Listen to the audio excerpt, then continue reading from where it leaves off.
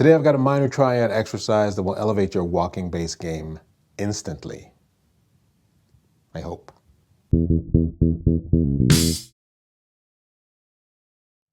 Hello friends and neighbors, welcome back to the Brownstone. Today we're going to get right into it. I've got a cool little walking bass pattern that's based on a simple idea. We're going to take a look at the 2 chord of a 2-5-1 chord progression.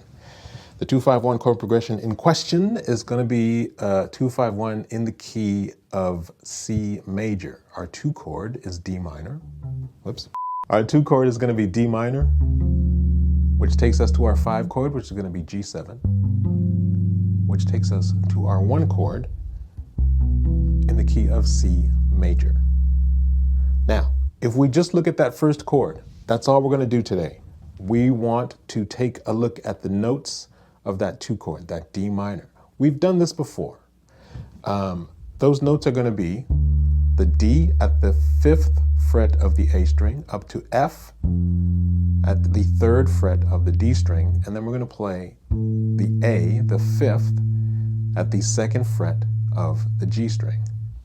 There's D, there's F, there's A. Those are our 3 notes. Now, if you've seen the Brownstone before, and if you've seen me talk about triads before, then you know what happens next. The rule is we want to understand where the 3rd and the 5th are going to be above our root note, in this case D. But we also want to understand where the 3rd and the 5th are going to fall below the root note. So here I've got D again at the 5th fret of the E string. Here's my 3rd, that's the F. Where's the other F? It's at the 1st fret of the E string.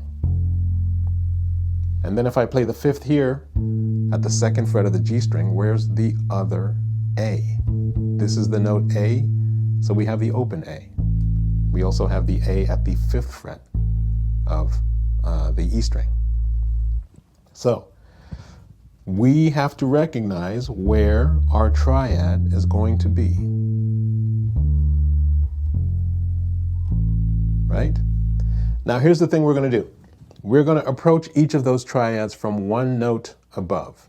So if I play D here, 1 note above that is going to be E, and I can play that at the 2nd fret of the D string. Right? I'm going to think in terms of pairs of notes. So I'm going to match each of my chord tones, the root, the 3rd, and the 5th, with its note above, right? So 1 note above D is E, 2nd fret of the D string. If I go to that 3rd, which is the F, if I go 1 note above that F, that's going to be the 5th fret of the D string, that's G. And then I've got the 5th, which is A. And if I go 1 note above that A, it's going to be the note B at the 4th fret of the G string. So I have, that's the first pair, D and E. The 2nd pair, F and G.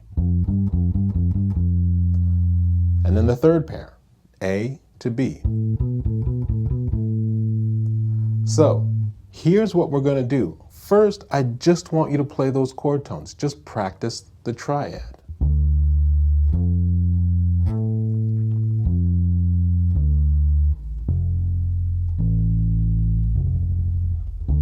Here I'm playing D to F to A, and then going back, and then D to F to A.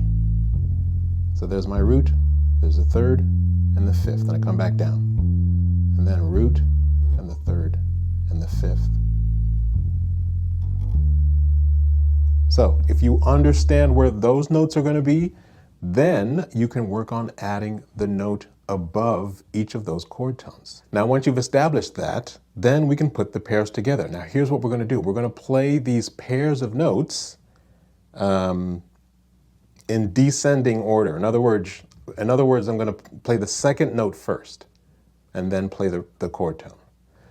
I'm not going to do that with the 1st note, the D, because I want to start on something that sets the tone, right?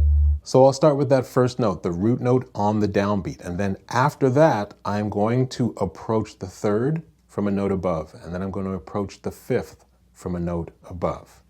So when the quarter notes turn to eighth notes, then you start to add these extra notes. So if I'm playing 1, 2, 3, 4, and then I turn that into eighth notes, 2 and 3 and 4. Then check it out. So here we go. Approach the third, approach the fifth. See what I did there? So when I went to the F, I approached that F from a note above. And then when I went to the fifth, the A, I approached that note from a note above, the B. And then when I went back to the root note, I approached that root note from a note above, which is the E at the second fret of the D string. So here is the pattern.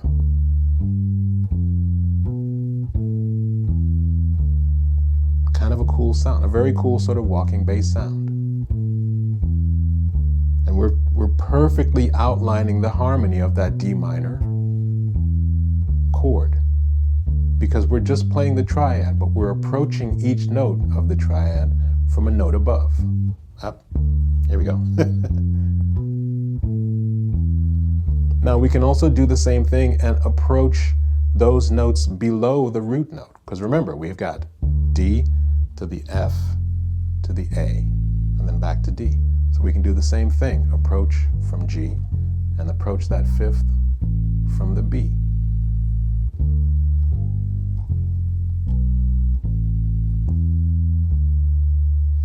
Now, if that sounds complicated, then all you have to do is just go back and recognize where the notes of the triad are going to fall. It's just D to F to A.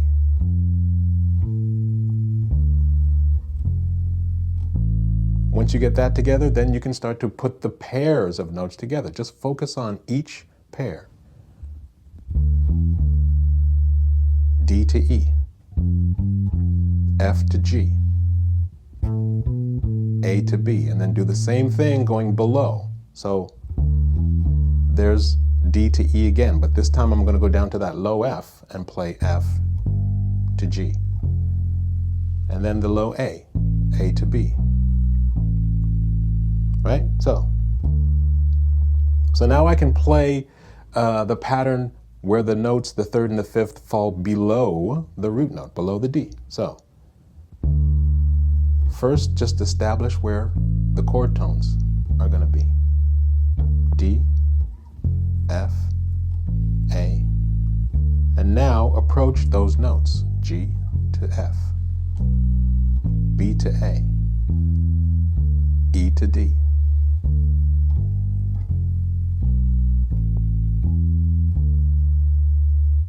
You can take this as slow as you want, and you don't have to play it in time. You can just find those notes. G to F, B to A, E to D.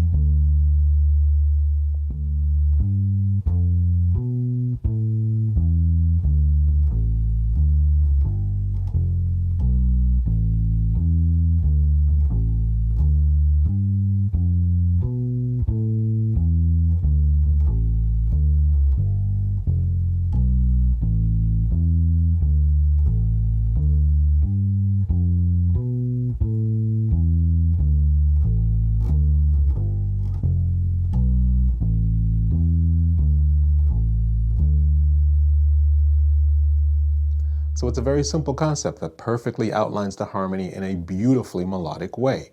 You've got this great walking bass line pattern that's based on this simple idea of approaching each of the chord tones from a note above, right? So we're going root, and then we approach the third from the fourth. 1, 4, 3. And then we approach the fifth from the sixth. So 1, 4, 3, 6, 5. And then 2, 1. Those are the degrees the degrees of the scale that we're working with, right? With each of these chords. So that might make things simpler for you, or you can write these notes down or write the notes down in pairs, whatever you can do to help you to remember exactly what's going on. And then when you translate these patterns to the fretboard, you are also training the muscles to remember where these patterns are going to be. So you don't necessarily have to think about it anymore. You can just play them.